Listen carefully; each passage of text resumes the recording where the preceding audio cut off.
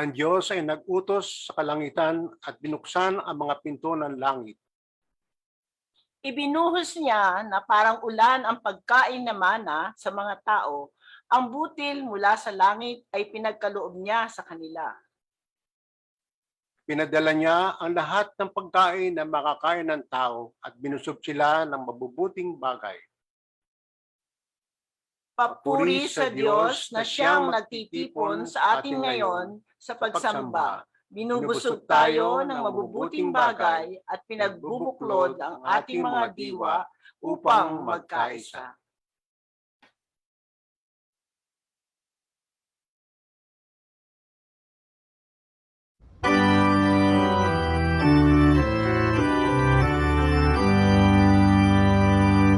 Puri sa Diyos ng biyaya at sa lahat ng nilikha. Kalangitan ang naghayag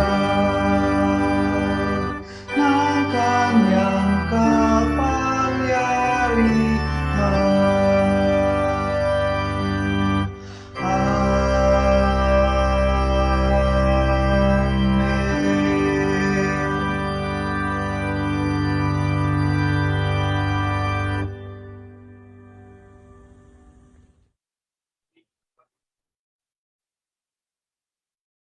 Tayo ay manalangin.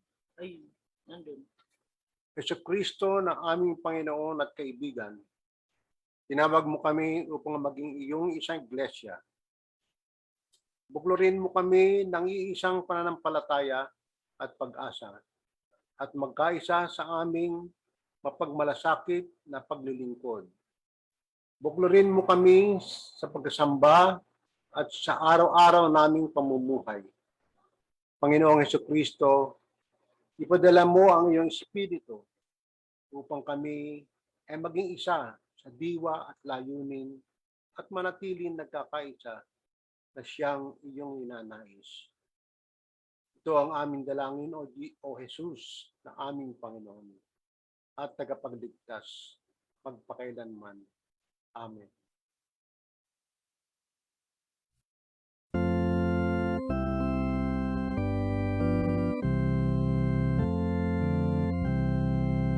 Pagmasdan abang mong bayan,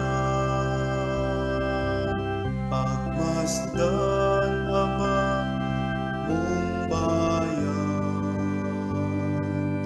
pagmasdan abang mong bayan, O Diyos, pagmasdan.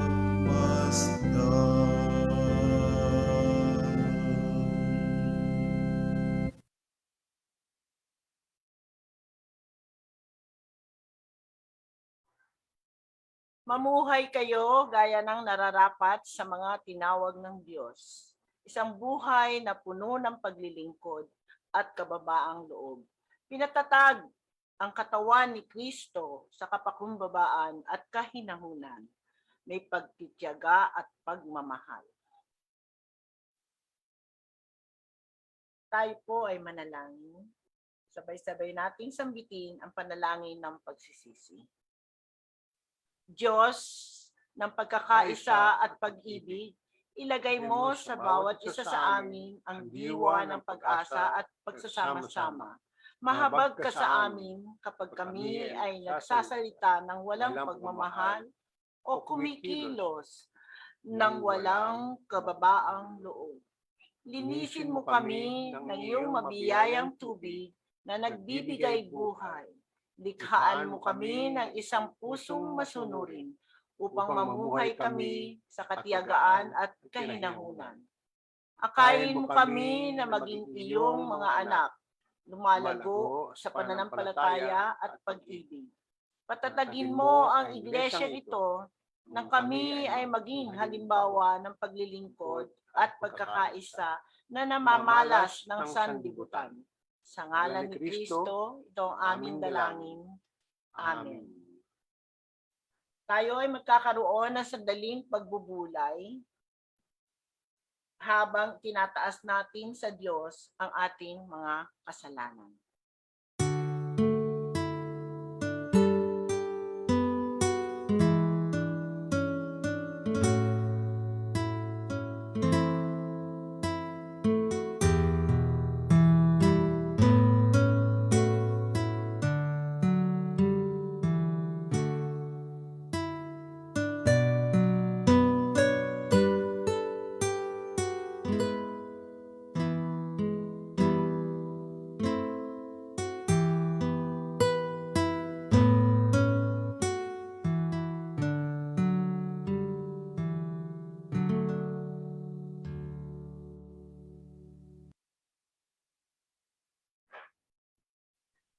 Ang mamuhay na gaya ng nararapat sa mga tinawag ng Diyos ay nagsisimula sa pagkakaloob ng Diyos ng kanyang kapatawaran at pagpapanumbalik. Tanggapin ninyo ang kanyang biyayang kaloob na kapatawaran. Tanggap namin ang biyayang kaloob niyang kapatawaran na may kapakumbabaan.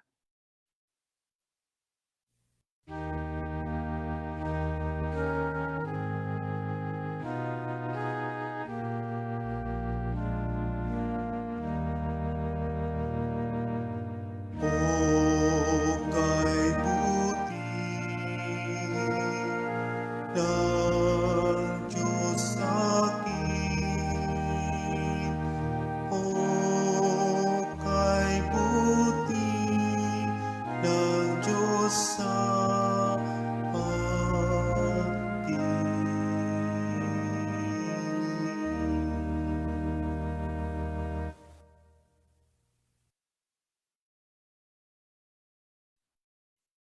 Isang mapagpala at magandang hapon sa ating lahat.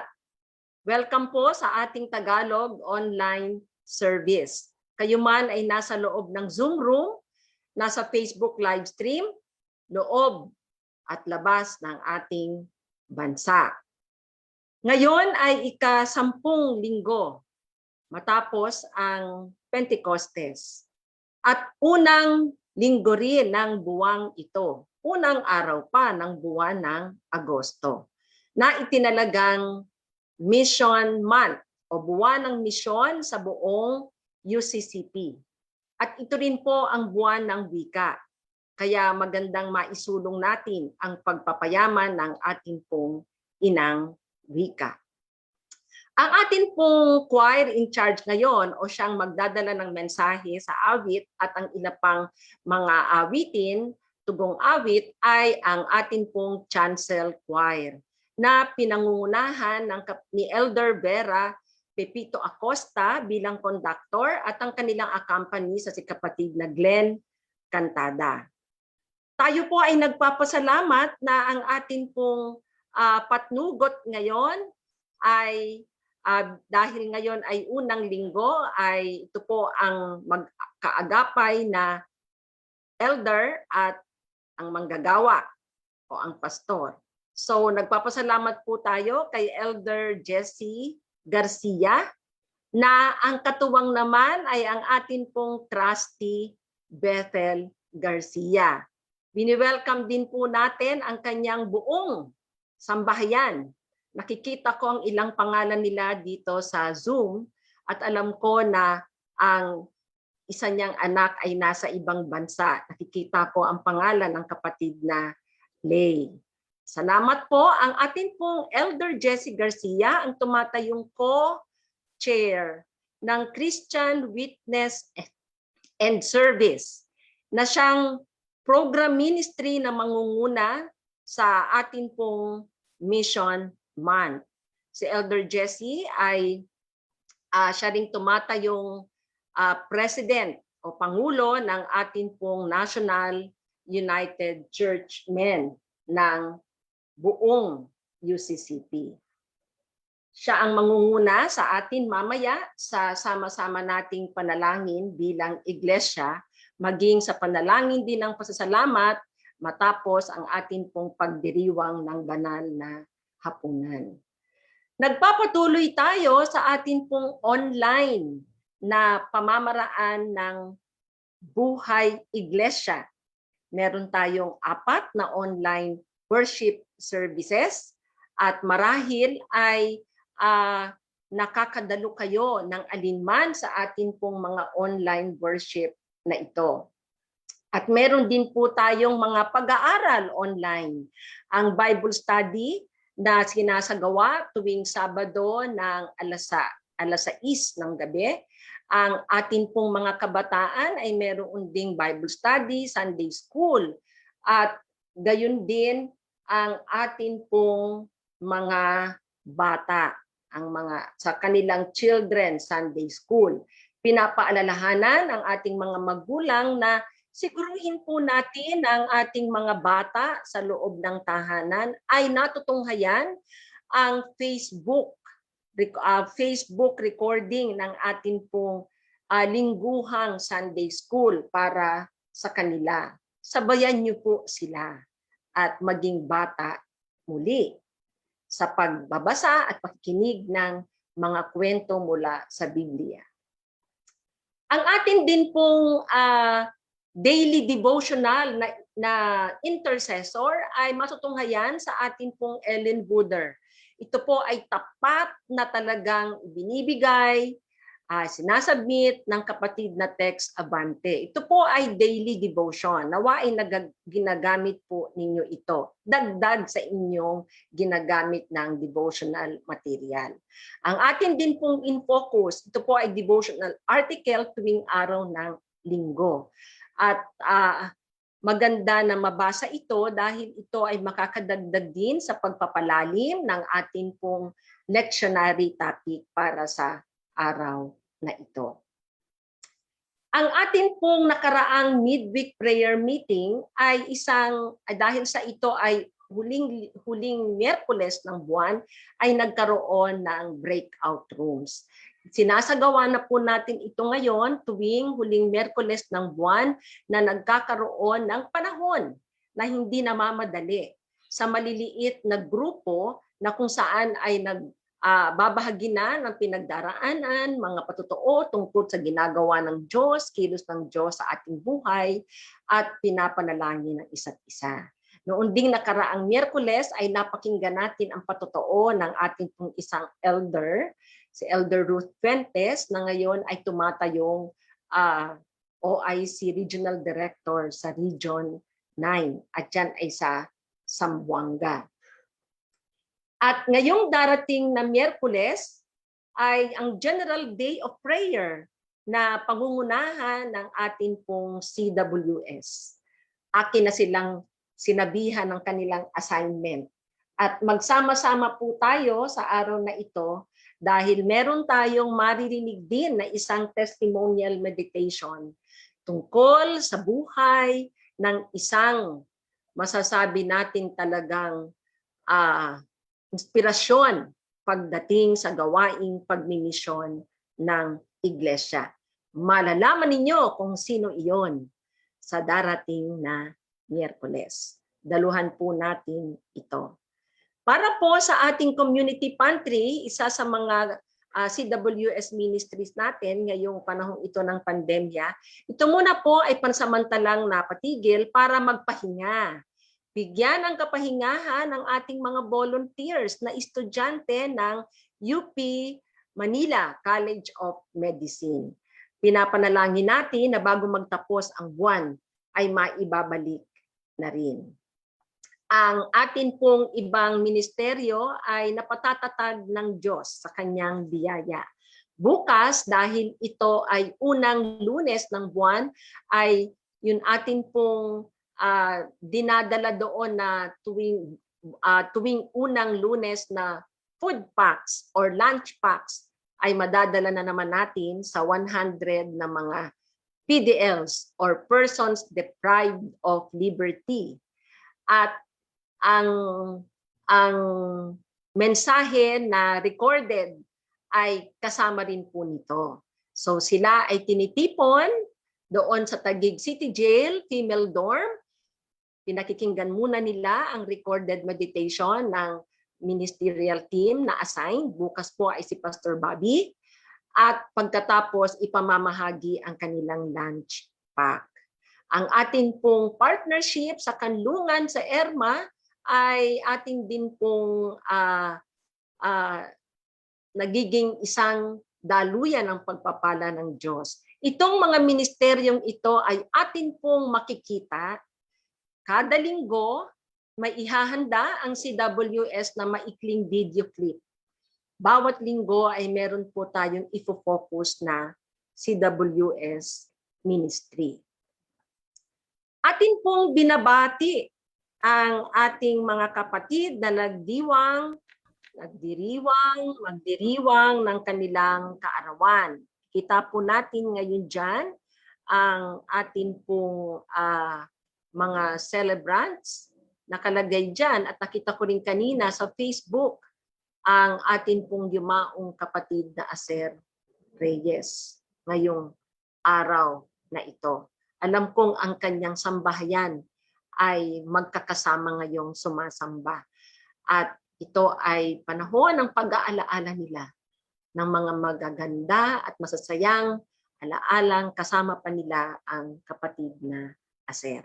So, muli po, maligayang bati sa inyo, at yan ay hanggang August 7 at gayon din ang mga mag-asawang nagdiriwang ng kanilang anibersaryo ng kasal na andyan din po sa ating screen.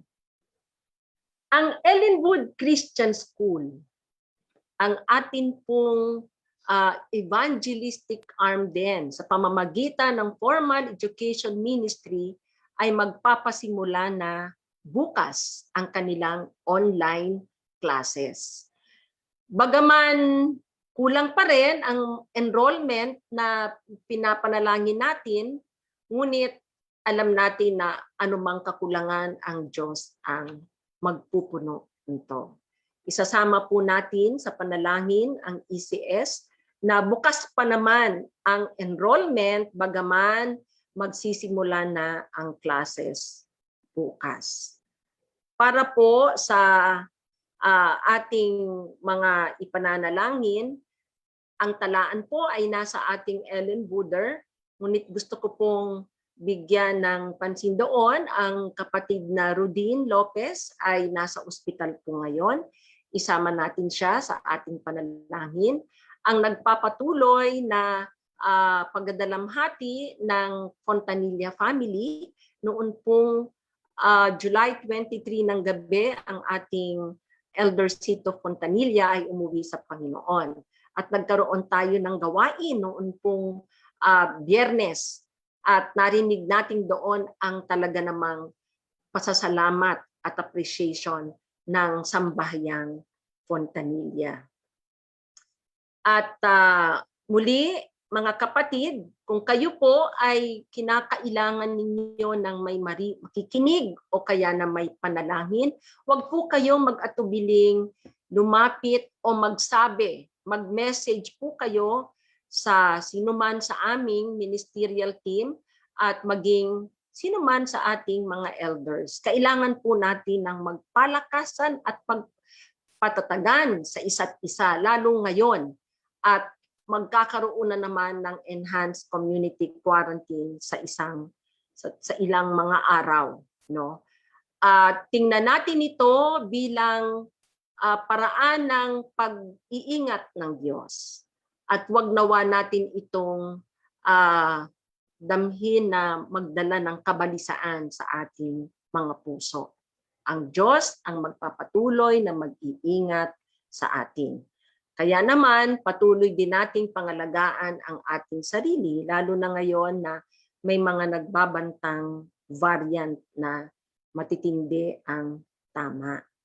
At salamat po sa inyong tapat, patuloy na paglalagak ng inyong mga ikapu, kaloob, at iba pang mga handog. Muli paalala, kung kayo po ay magdideposito o magta-transfer sa account ng simbahan, pasubalian lang po kami, padalang screenshot para matulungan natin ang ating finance staff na matukoy kung saan galing ang mga deposito. Ang Diyos ay hindi nagkukulang, lagi siyang sapat sa bawat araw. Ang Diyos ang kanyang pag-ibig na di nagmamaliw ang sa atin ang magbubuklod at patuloy na pag-iingat. Patuloy po tayo sa ating pananambahan sa sama-samang panalangin na pangungunahan ng ating pong Elder Jessie.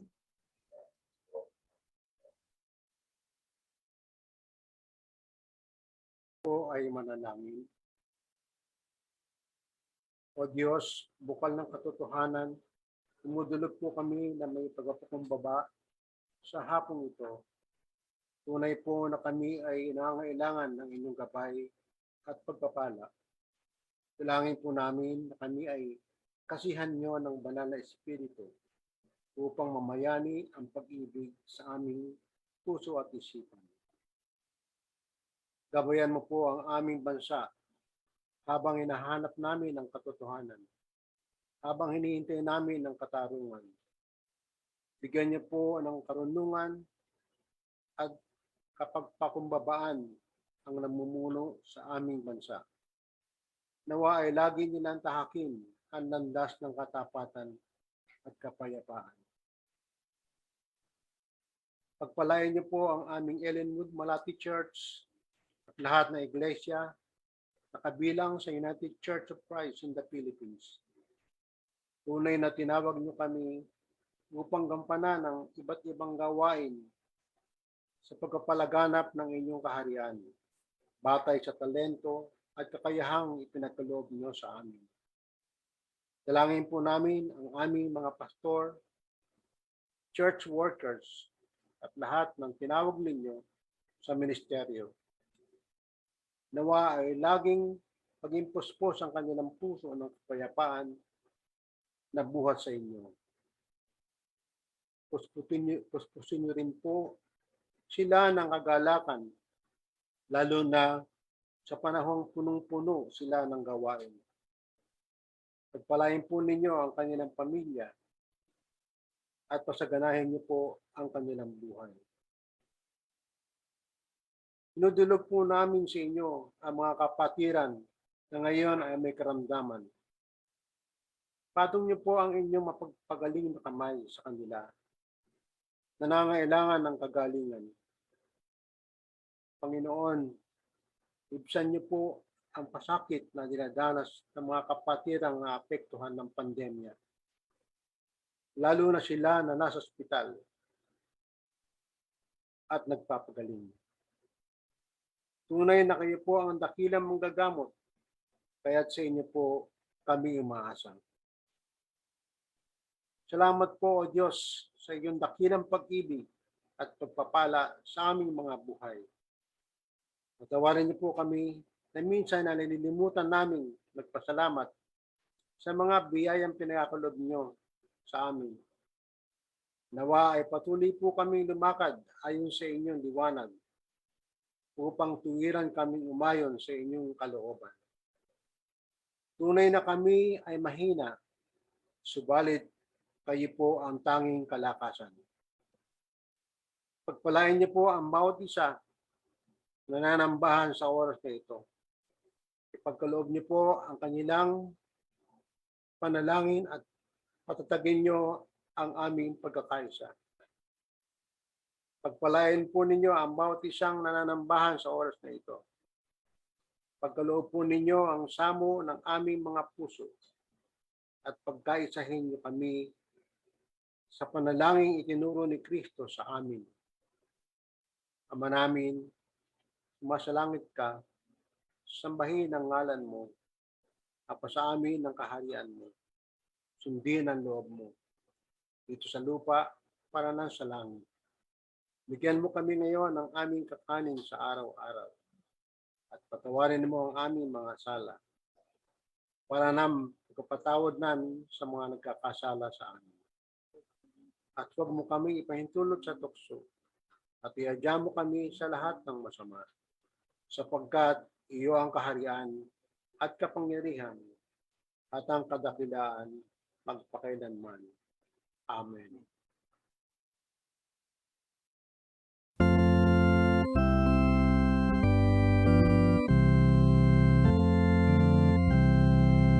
Dinggin mo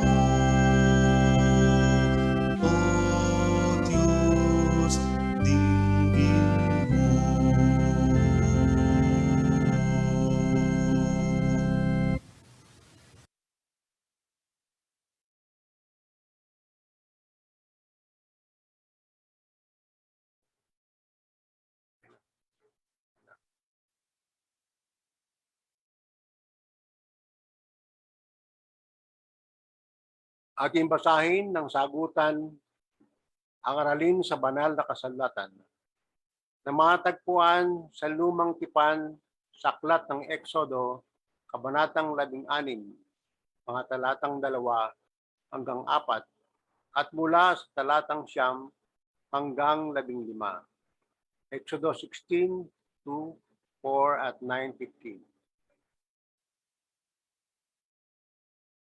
Ang mga Israelita ay nagrereklamo kina Moises at Aaron.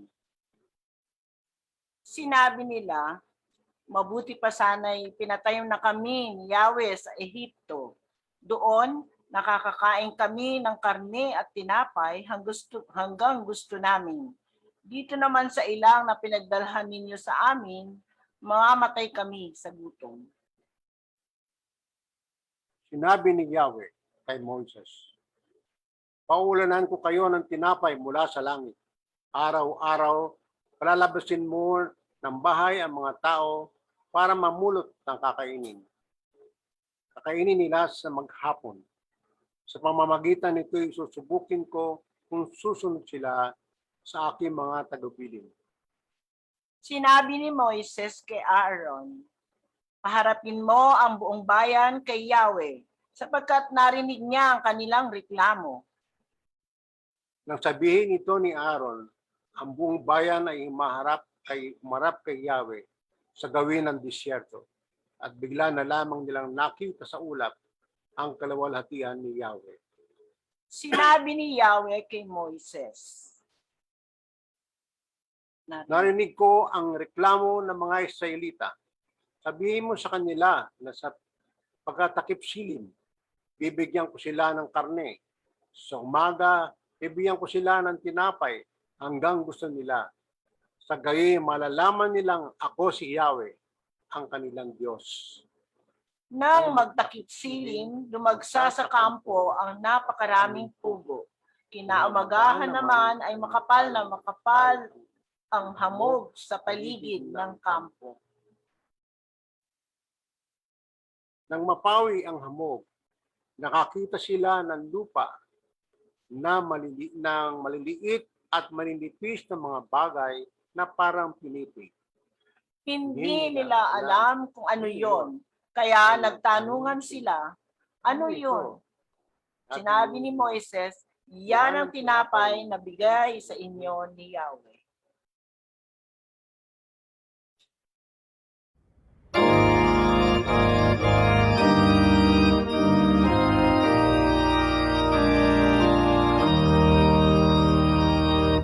Ang ama'y papurihan at ang anak at ang Espiritu magmula sa unang mula ngayon magpakailanman walang hanggan. Amen.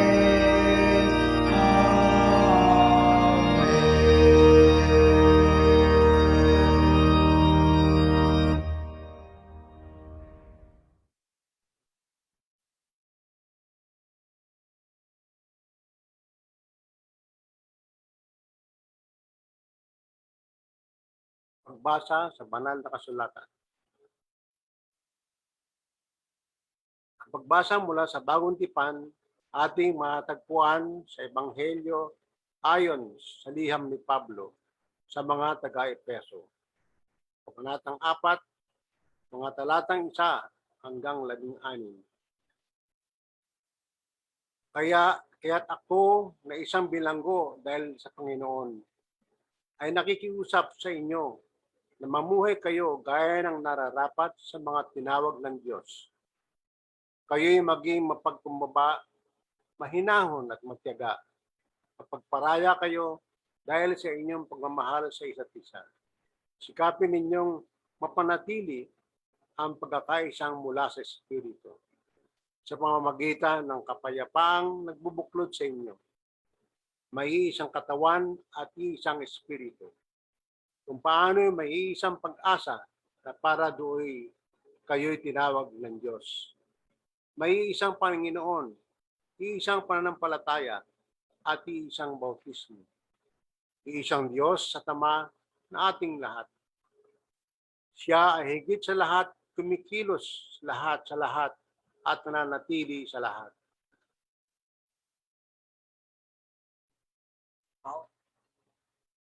Ang bawat isa sa ating nakatanggap ng tanging kaloob ayon sa sukat na ibinigay ni Kristo.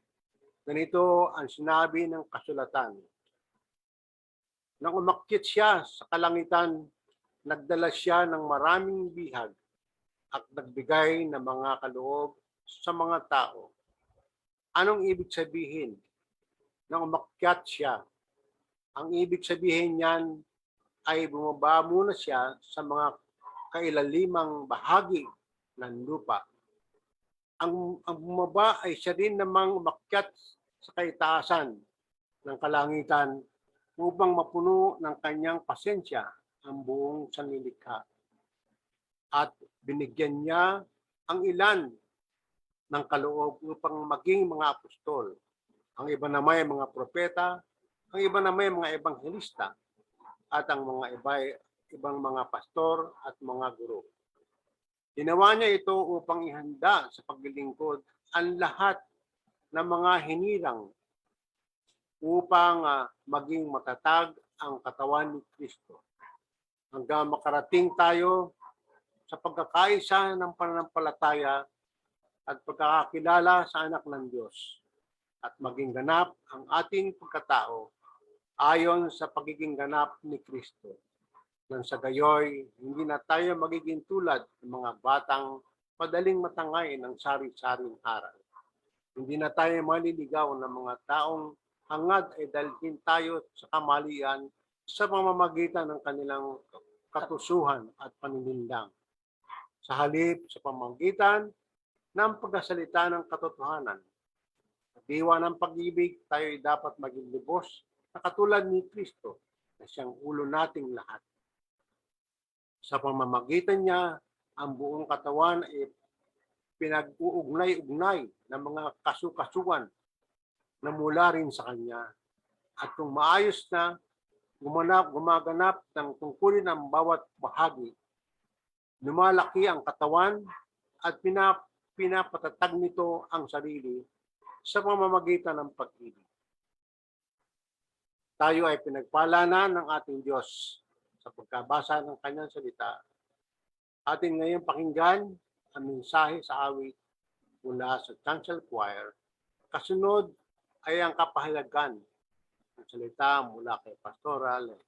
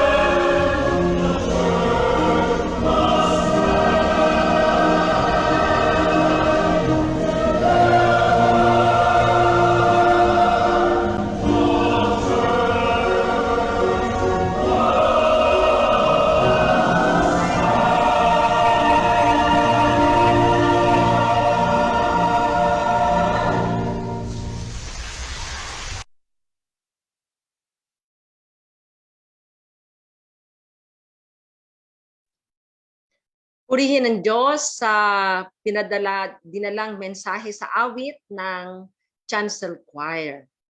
The church must stand together. Ang iglesia ay marapat ngang sama-samang tumayo, manindigan. Sa nakaraang webinar ukol sa ergonomics na kung saan ang kapatid na Ron Ereño ang naging resource person, ay winika niya na ang tao raw ay nilikha na marapat gumagalaw at hindi inactive. Kaya ang mga bahagi ng katawan ay kailangang i-exercise, galaw-galawin. Dahil kung hindi, mas lalong magdudulot ng karamdaman. Ito ay sa aspetong pisikal. Nais kong idagdag dito na ang tao ay nilikha rin bilang isang social being. Kaya nga, mayroong pamayanang nabubuo. Ito man ay kadugo o hindi kadugo. Ngunit may isang bagay na sa kanila ay nag-uugnay. Ang mamuhay na nag-iisa at walang pakikipag-ugnayan sa kapwa ay nagdudulot din ng sakit, lalo sa pag-iisip.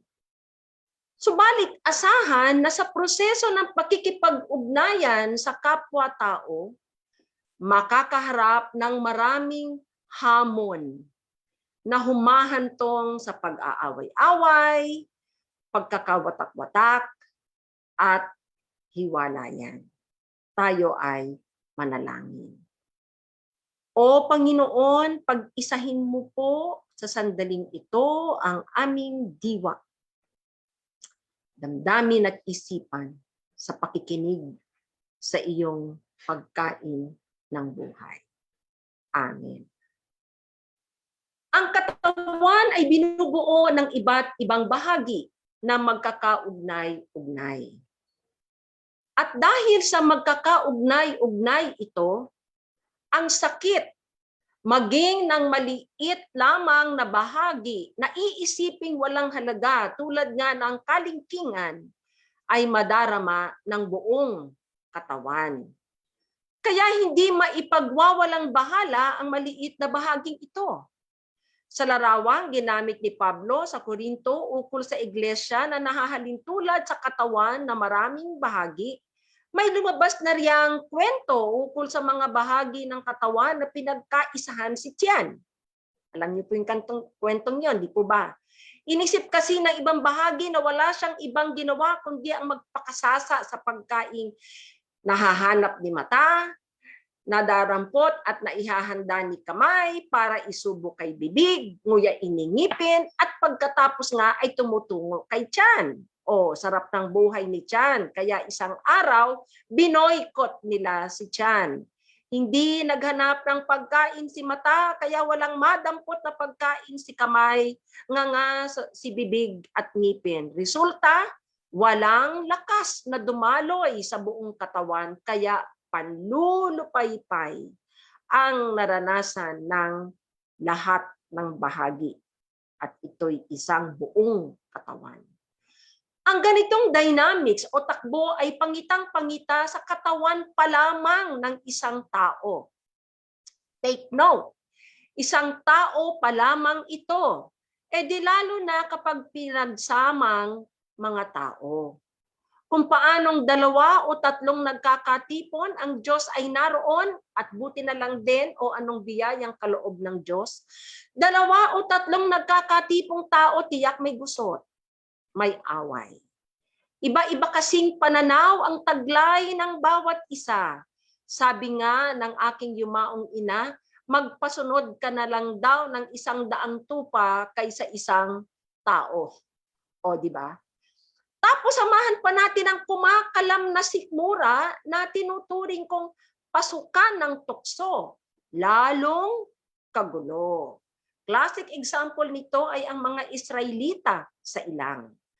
Madaling tamaan ng pagkalam ng sikmura at kapag nadama na ito ng kahit isa lang sa kanila at nagreklamo, kakalat ito na mabilis pa sa COVID-19 at mapalad na lamang ang hindi matatangay ng pagiging negatibo. Wala namang masama sa magpahayag ng nararamdamang gutom o kalam ng sikmura. Pero ang hayaang lamunin ka nito nang walang pagkilala na may makapangyarihang Diyos na nagkakaloob ng ating kakainin sa araw-araw ang siyang nagiging kasalanan. Tulad ng mga Israelita na nang makadama ng gutom, napako ang kanilang isipan at buong pagkatao sa iniwanan nilang Ehipto na animoy langit samantalang ito ay impyerno. Sinabayan pa ng paninisi sa namumuno o sa namuno sa kanila palabas ng bansang umalipin sa kanila.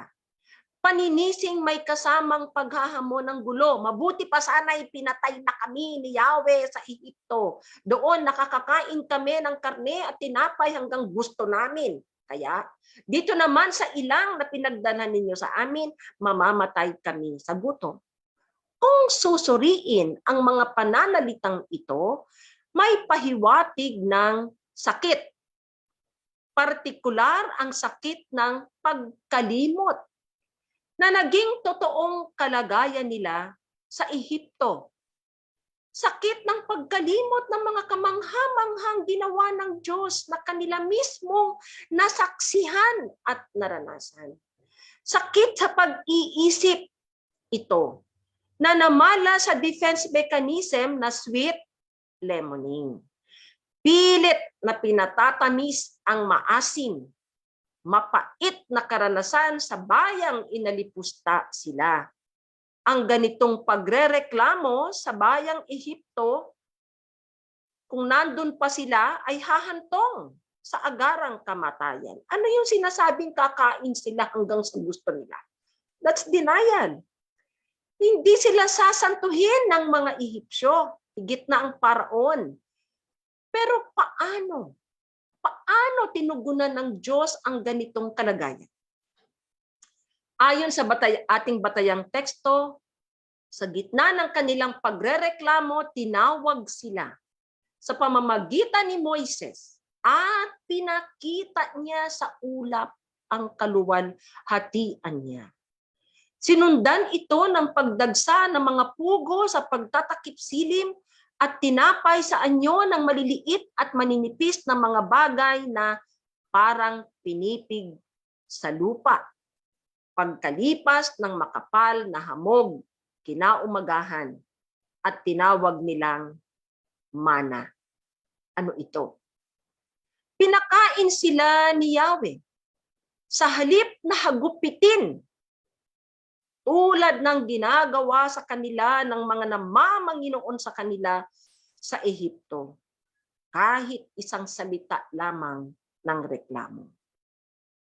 Tunay ngang mabuti na lamang at 2 o 3 taong nagkakatipon, ang Diyos ay naroon.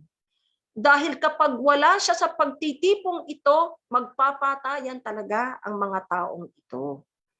Kaya naman, kapag pinag-usapan natin ang paksang misyon, kung saan iikot ang ating mga pagbubulay sa buwang ito bilang Mission Month, ang marapat nating unang maunawaan ay ang misyon ng Diyos at kilalanin, tanggapin na wala tayong pag-aaring misyon kundi ito ay sa Diyos.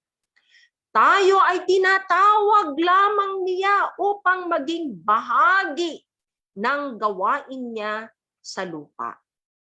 At ano ang misyon ng Diyos? Na ang lahat ay sumampalataya sa ipinagkaloob niyang bugtong na anak na si Jesucristo. Sapagkat gayon na lamang ang pag-ibig ng Diyos sa sanlibutan na ipinagkaloob niya ang kanyang bugtong na anak na ang sino mang sumampalataya sa kanya ay hindi mapahamak kundi magkaroon ng buhay na walang hanggan. Mga tinawag ng Diyos. hindi ipinagtatabuyang mga alipin. At sa pagtawag na ito, nalilikom niya sa iisang pamayanan at inaakay tungo sa iisang layunin ang kanyang mga hinirang. Ang pagkilos ng Diyos na pagtawag sa atin ay isang pagpapahayag ng kanyang naisin na magkaisa at manatiling nagkakaisa. Ito ang ipinamanhik ni Pablo sa mga taga-Efesong mananampalataya. Ako na isang bilanggo dahil sa Panginoon ay nakikiusap sa inyo na mamuhay kayo gaya ng nararapat sa mga tinawag ng Diyos. Kayo'y maging mapagpakumbaba, mahinahon at matyaga. Magparaya kayo dahil sa inyong pagmamahal sa isa't isa. Sikapin ninyong mapanatili ang pagkakaisang mula sa Espiritu sa pamamagitan ng kapayapaang nagbubuklod sa inyo. Napakagandang payo. Maging mapagpakumbaba, mahinahon at matyaga. Mga katangian ng isang tinawag ng Diyos. Mga katangiang kailangang isapamuhay para sa ikatitibay ng ugnayan sa isa't isa nang sa gayon ay mapanatiling nagkakaisa. Kapakumbabaan sa pagkilala ng ating mga kahinaan, mga limitasyon, at maging mga pag-uugali natin na iba-iba. Sa mga matatanda pa, tingnan mo ang daliri mo sa iyong kamay.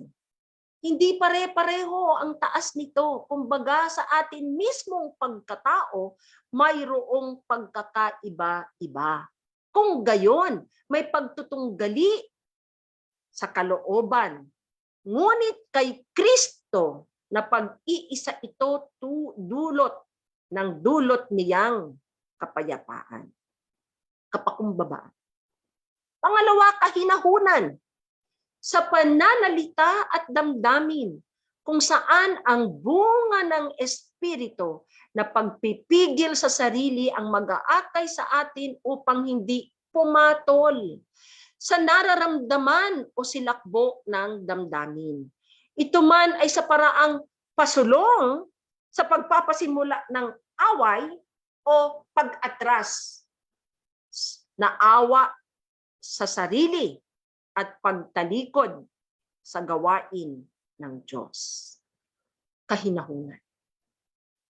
Pangatlo, katyagaan sa isa't isa at mga mahirap na sabayang pag-uugali.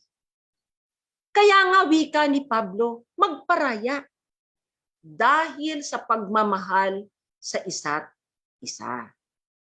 Ang lahat ng mga katangiang ito, pagpapakumbaba, pagiging mahinahon at matyaga, na sinisikap isapamuhay ay tungo sa isang dakilang layon na siyang naisin ng Diyos, ang mapanatili ang pagkakaisang mula sa Espiritu sa pamamagitan ng kapayapaang nagbubuklod sa atin.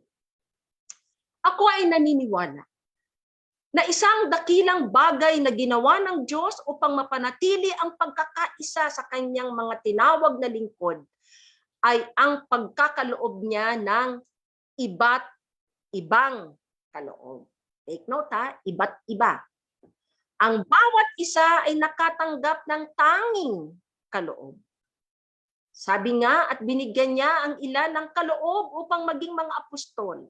Ang iba na may mga propeta, ang iba'y mga ibanghilista at ang iba'y mga pastor at mga guro. Ginawa niya ito upang ihanda sa paglilingkod ang lahat ng mga hinirang, upang maging matatag ang katawan ni Kristo hanggang makarating tayo sa pagkakaisa ng pananampalataya at pagkakilala sa anak ng Diyos at maging ganap ang ating pagkatao ayon sa pagiging ganap ni Kristo. Ulit, ang mga tanging kaloob sa bawat isa sa atin ay kanyang ibinigay tungo sa ikatatatag ng katawan ni Kristo hanggang maging ganap ang ating pagkatao ayon sa pagiging ganap ni Kristo. Ibig sabihin, si Kristo ang pinakapamantayan ng pagiging tunay na tao.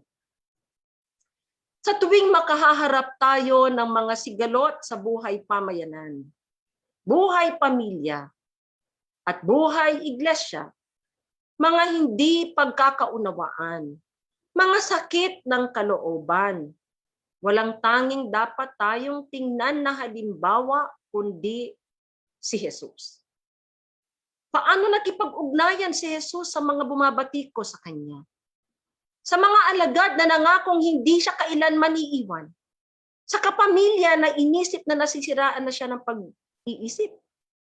Sa iba't ibang personalidad at pag-uugali. Hinarap niya ito ng may pangunawa at pagmamahal. Kung kay Kristo lamang tayo titingin at itutuon ang ating mga damdamin sa panahong nasasaktan tayo sa pakikipagkapwa-tao, mauunawaan natin na bahagi ito ng ginagawa niyang pagpapanibago ng ating mga sarili.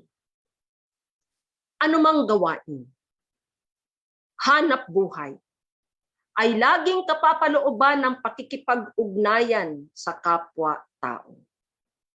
Ang pagkakalikha sa atin sa wangis ng Diyos ay nangangahulugan ng pakikipagkapwa-tao na napahahayag sa malalim at makabuluhang talastasan. Pagpapalitan ng puro-puro, pananaw, maging mga kasanayang mayroon ka sa pagkilalang kailangan ito ng iba. Kaya naman, ano ang susi sa pagpapanatili ng pagkakaisa na siyang misyon ng Diyos?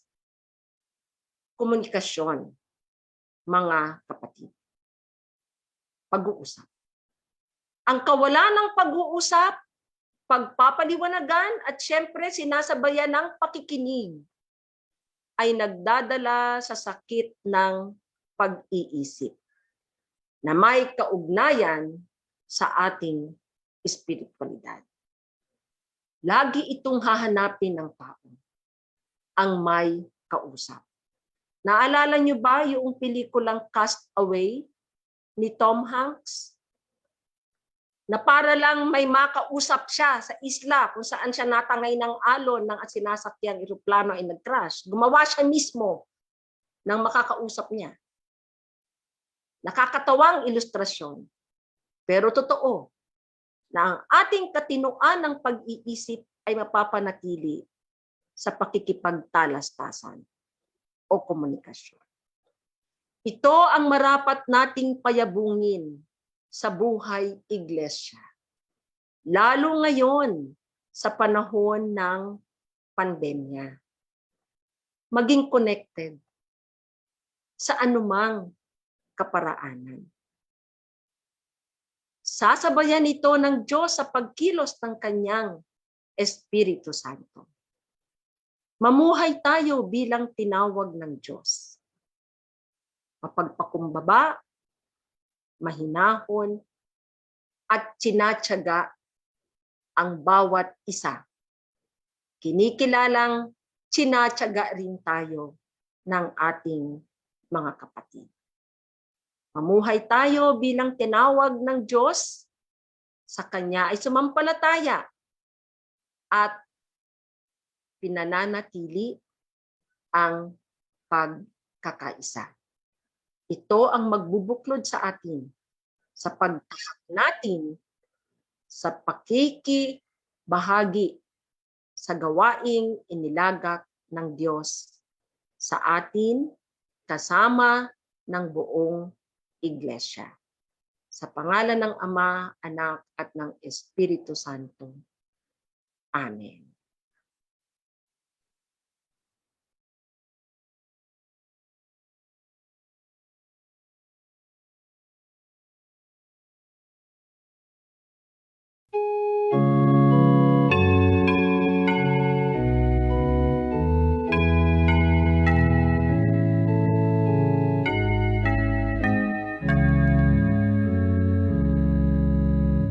Alaala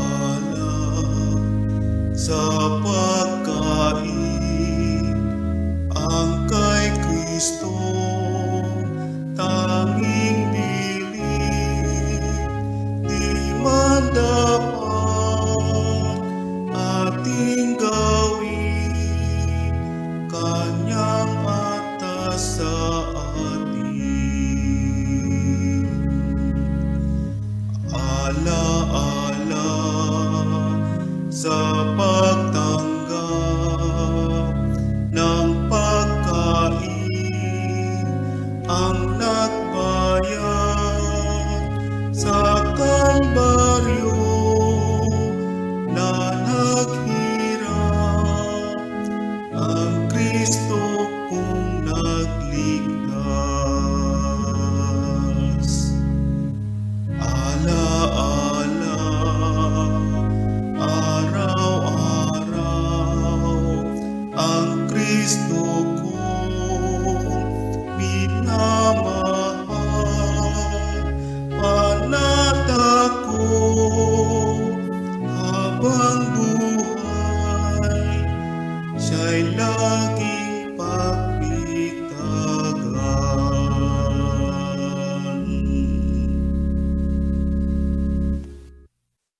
Ang susingang salita ay alaala. At dito nababalot ang dulang ng ating Panginoon. Ang dulang na kung saan ay tinawag niya ang mga alagad.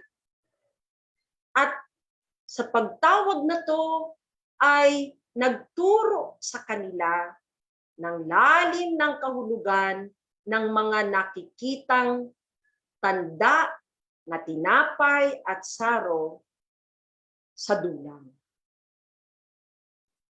Pagpapaalala sa kanila na kinakailangang laging nagtitipon, laging nag-uusap, sapagkat nilikha tayo ng Diyos sa ganoong layunin.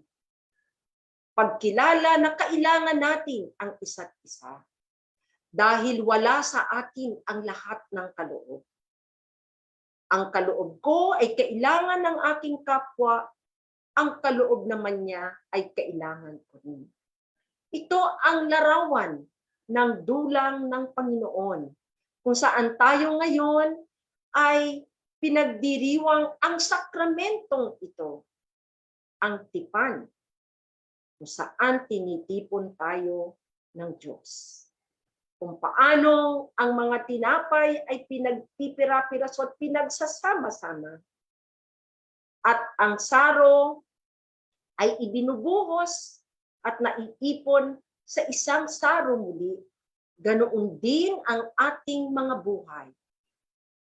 Inihahandog para maging pagkain sa mundo.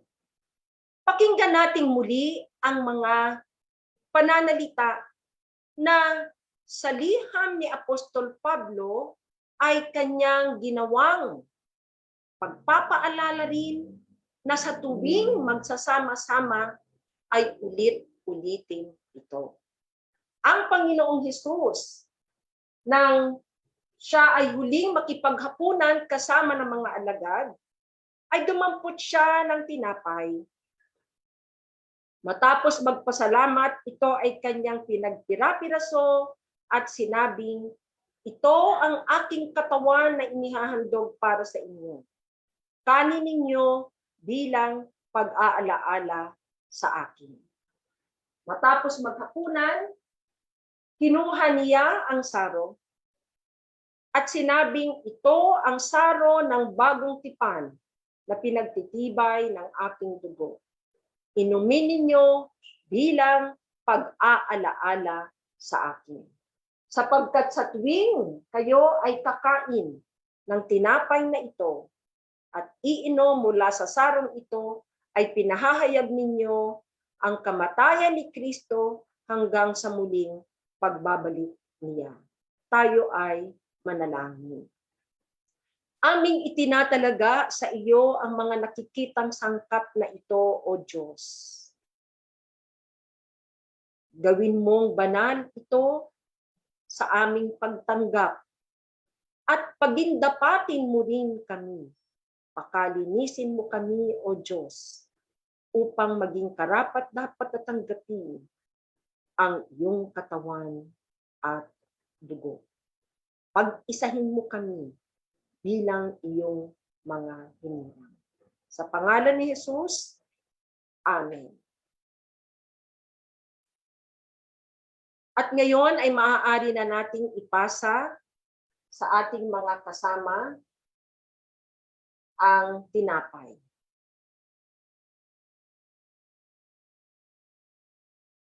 Hawak ang pirasong tinapay, alalahanin natin muli ang sinabi ni Jesus. Ito ang aking katawan na inihahandog para sa inyo. Kanin ninyo bilang pag-aalaala sa akin.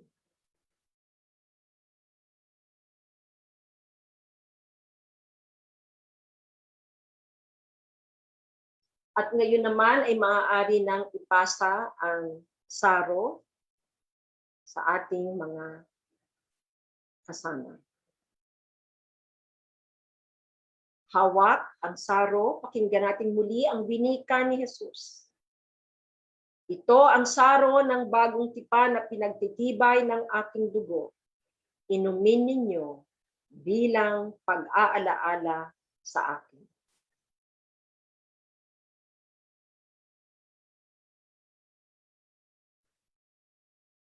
At ngayon ay pangungunahan tayo sa sama-samang panalangin ng pasasalamat.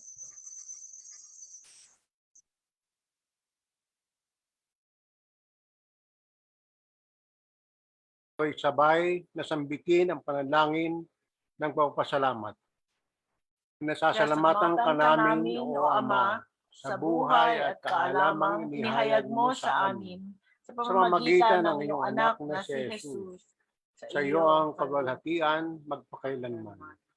Tulad nung kung paanong ang butil na isinabog sa bukirin at ubas na ikinakalat sa burol ay pinag-isa sa dulang na ito, sa tinapay at saro. Kaya hindi, Panginoon, iyo namang iglesia na pagsama-sama mula sa mga hangganan ng daigdig tungo sa iyong kaharian. Matapos kaming busugin at mapaginhawa ang dulang, pahayuin mo kami na maging mga tapat na saksi ng iyong pag-ibig at kagandahang loob. Amen.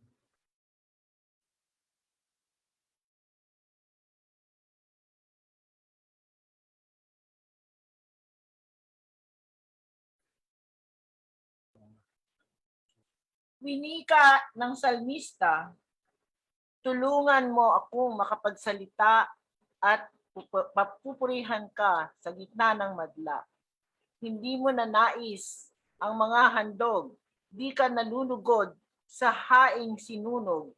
Ang handog ko, O Diyos, na karapat-dapat ay ang pakumbabat, pusong mapagtapat. Iyamang narinig namin ang kapahayagan ng salita ng Diyos matapos tayong busugin sa kanyang dulang na banal. Ating ngayong ihandog ang ating mga sarili at maging ang ating mga ikapu, pangako at mga kaloob sa pagpapatuloy ng ating pagsamba.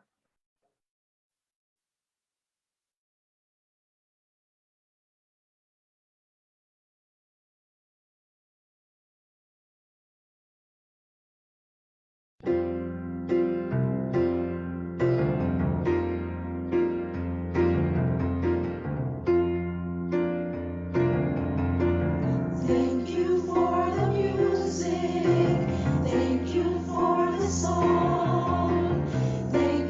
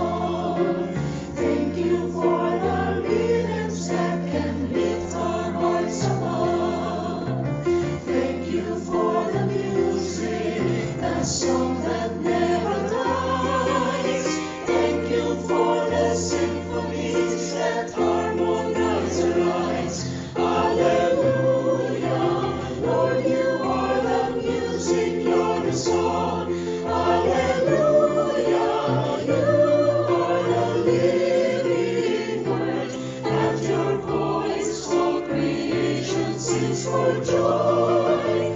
You are worthy of praise. Every chorus we raise. Thank you for the music.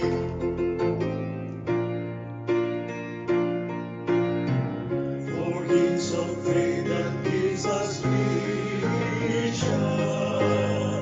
For songs that move and touch the heart. For songs that give to us a mission beyond the call of God.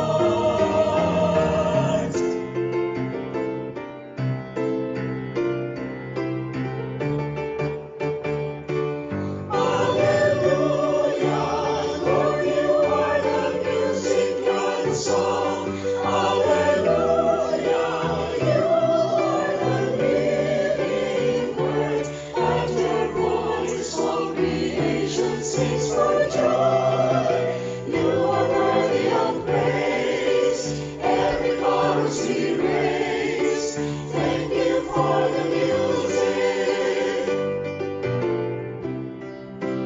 Thank you for the music.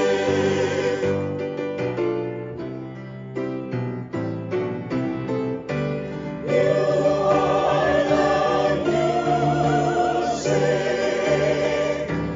You are the song.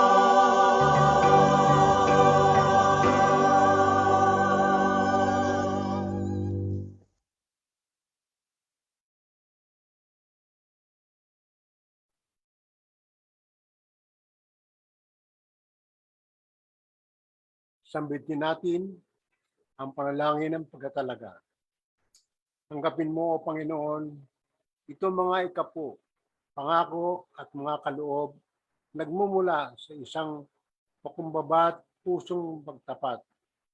May pamalas nawa sa mga ito ang isang buhay na isinapamamuhay gaya ng nararapat sa mga tinawag mo bilang individual at isang pamayan ng iglesia. Pusugin mo nawa ng mga ito, yaong nangangugutom at nanguuhaw sa iyo, sa pamamagitan ng pagkilos ng banal na Espiritu na siyang ipinangako ni Jesus na darating matapos siyang makyat sa langit. Amen.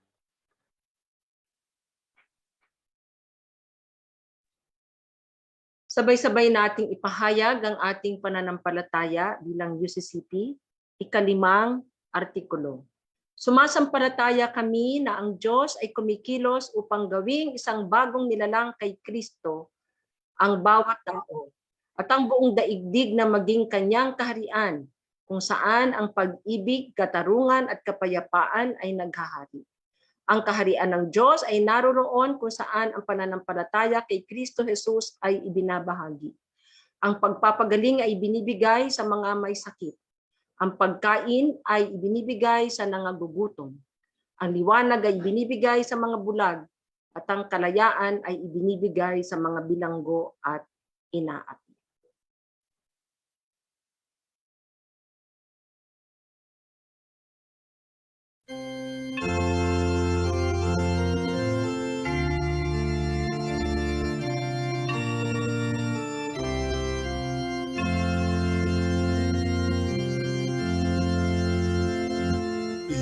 Iba't ibang kaloob mo, pinagangkong ng diwa mo. Lahat ng mga Kristiyano'y katugon sa tawag mo.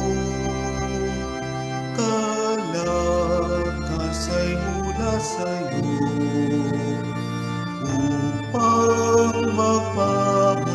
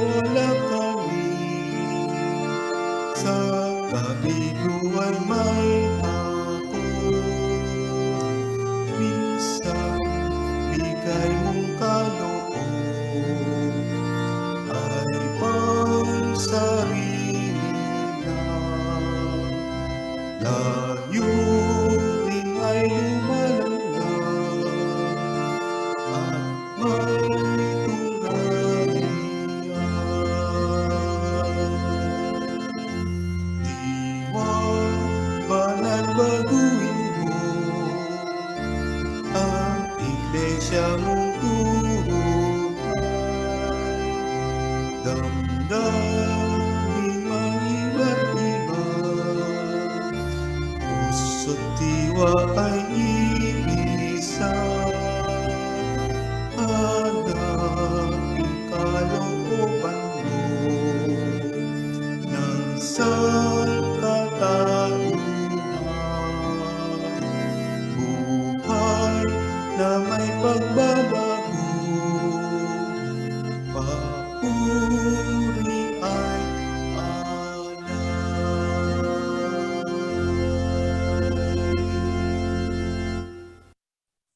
Tayo ay manalangin. Iba-iba nga ang mga kaloob na iyong isinabog sa hinirang mong pamayanan, o Panginoon, upang walang magmalaki na mas marami sa Kanya o nasa Kanya lahat, kung hindi upang kilalanin ang pangangailangan ng kaloob na isinabog mo sa iba. Salamat sa katotohanan ito, O Diyos, na iba-iba man ang aming mga kasanayan, iba-iba man ang aming mga pananaw o tindig sa iba't ibang mga usapin. Ngunit si Kristo ang kumikilos upang kami ay buklurin. At huwag maligaw, huwag mawala sa iisang tahakin, na kung saan ay isinasabog namin, ipinamamalita namin ang magandang balita ng kaligtasan kay Hesukristo.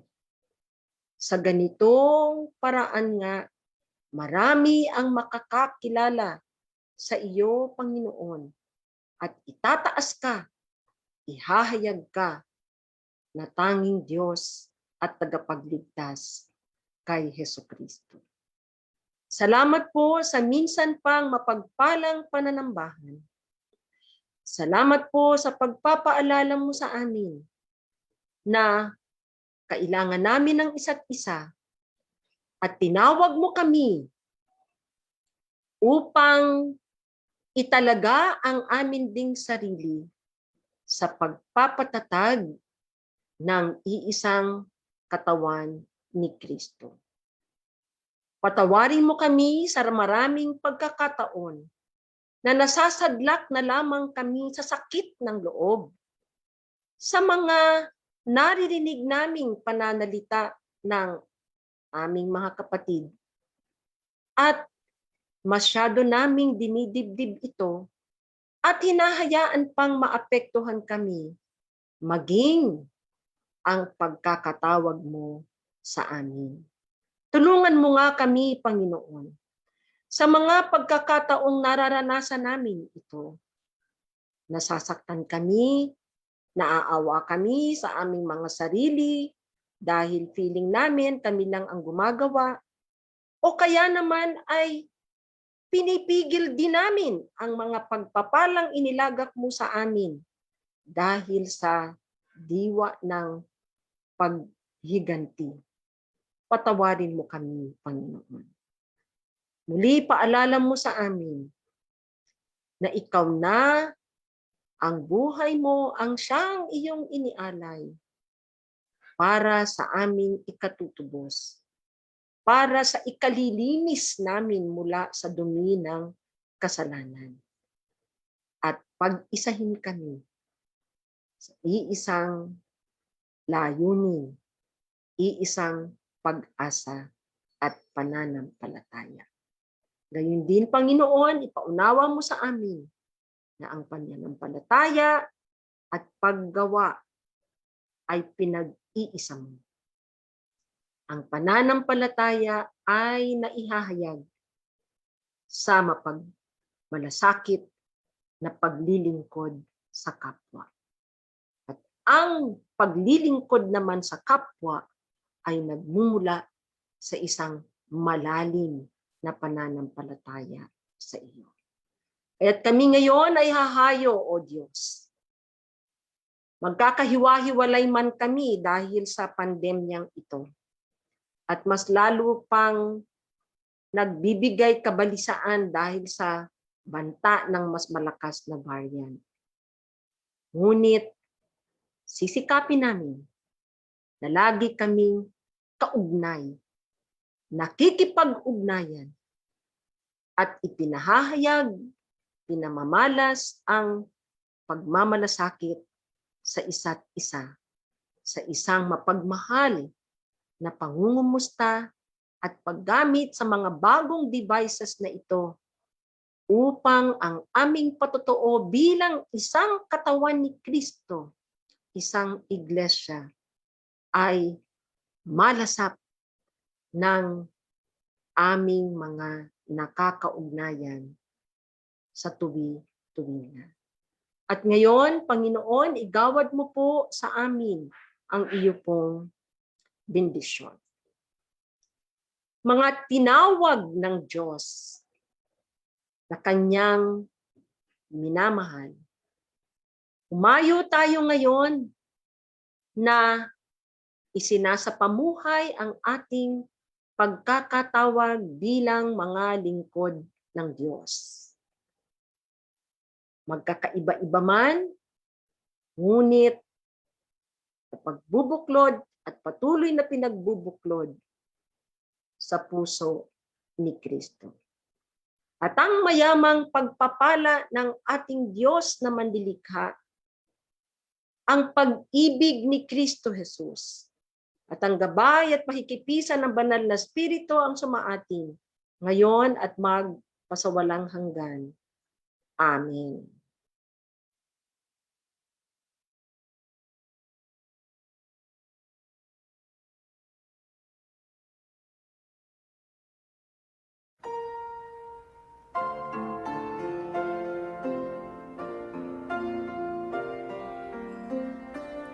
May the